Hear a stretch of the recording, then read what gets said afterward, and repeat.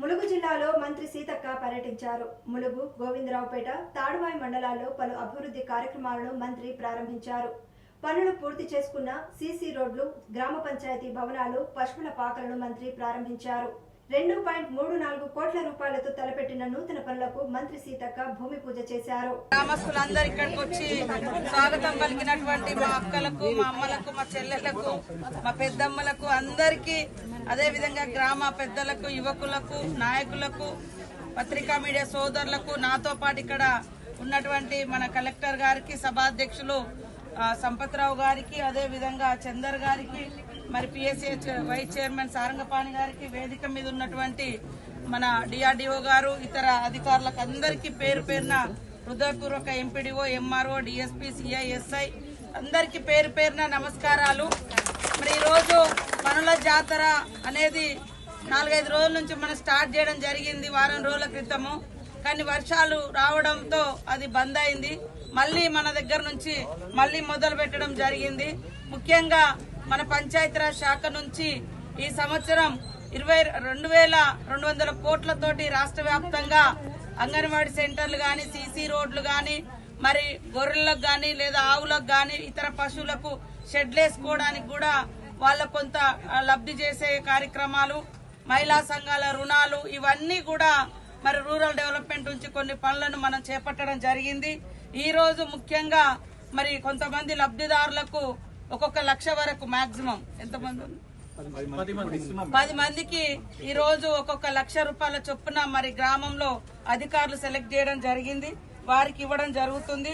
అదే కాకుండా ఇందిరమ్మ ఇల్లులు వచ్చినటువంటి వాళ్ళు మహిళా సంఘాలలో ఉంటే వాళ్ళకు కూడా 1,00,000 మన గ్రామ పంచాయతీ పరిధిలో, జగ్గన్నపేట పరిధిలో 34 మందికి ఇల్లులు కట్టుకోవడానికి అదనంగా, ఎందుకంటే బిల్లు వచ్చేదనక మీకు ఇబ్బంది లేకుండా ఇక్కడి నుంచి మహిళా సంఘాల నుంచి మరి 34 లక్షల రూపాయలు 34 మందికి ఇప్పించడం జరిగింది.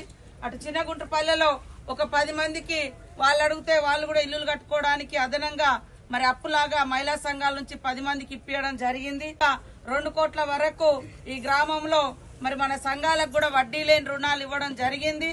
ఆ వడ్డీ కూడా గత ప్రభుత్వమే, గత సీజన్ లో మన ప్రభుత్వంలోనే గతంలో మొన్న మనకు తీసుకున్న అప్పులు వడ్డీ మొత్తం కూడా ఇచ్చినాం.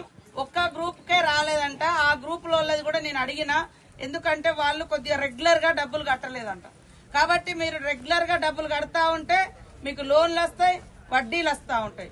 మహిళా సంఘాలలో అందరూ చేరండి. ఇవాళ ఇక్కడ ఇల్లులు వచ్చినాయి, మరి బేస్మెంట్ కట్టుకోవాలంటే కొద్దిగా ఇబ్బంది ఉంది, మరి బిల్లు వచ్చేదానిక కష్టం అవుతుంది. అప్పుడు ఎవరు ఆదుకున్నారు? మహిళా సంఘం తరఫున మనం బ్యాంకు నుంచి, మన స్త్రీ శక్తి నిధి నుంచి, మన మహిళా సంఘాల నుంచి వాళ్ళకి డబ్బులు ఇప్పించి ఇప్పుడు ఇల్లులు మొదలు పెట్టించినాం. వారం 15 రోజులకు బిల్లు వస్తుంది, మళ్ళీ వాళ్ళ డబ్బులు బ్యాంకుకి ఇస్తాం, మహిళా సంఘాల ఇచ్చే వాళ్ళ దగ్గర ఉన్నాయి వాళ్ళకి ఇస్తాం, ఎవరికి అట్లా. అదే కాకుండా 60 ఏళ్లే ఉండే ఇంతకుముందు, 60 ఏళ్లు దాటితే మహిళా సంఘాలలో లేకుండే.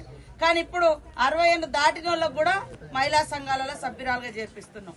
అంతకుముందు 15 ఏళ్ల ఆ తర్వాతనే ఉండేది. ఇప్పుడు 15 ఏళ్ల నుంచే మరి సంఘంలో చేరే అవకాశం. ఇప్పుడు మన ప్రభుత్వం, సీఎం రేవంత్ రెడ్డి గారు మహిళా సంఘాల కోసం ప్రత్యేకంగా చీరలను కూడా నేయించడం జరిగింది. నిన్ననే అక్కడ పోయి చూసిరు, మొత్తం పేపర్లలో కూడా ఇచ్చారు మనోళ్ళు. అవన్నీ మహిళా సంఘాలు సెలక్షన్ చేసినాయి. అట్లనే అన్న ఎవరైనా సభ్యురాలు గుండి చనిపోతే, దురదృష్టవశాత్తు ఇప్పుడు పోతున్నాం మనం, యాక్సిడెంట్ అవుతుంది, ఇంకా చెరువుకు పోయినాం, అల్ల పడి చనిపోతారు, లేదా ఎక్కడో అనుకోకుండా కరెంటు షాక్ వచ్చి చనిపోతారు, లేదా పాము కుడుతుంది, తేలు కుడుతుంది, ఇట్లా ఏదన్నా ప్రమాదం జరిగి చనిపోతే ఆ మహిళా కుటుంబానికి 10 లక్షల రూపాయలు ఇస్తా ఉన్నాం. మొన్న కూడా ములుగులో మరి ఎవరెవరైతే చనిపోయారో వాళ్ళందరికీ 10 లక్షలు వాళ్ళ కుటుంబానికి ఇచ్చినాం.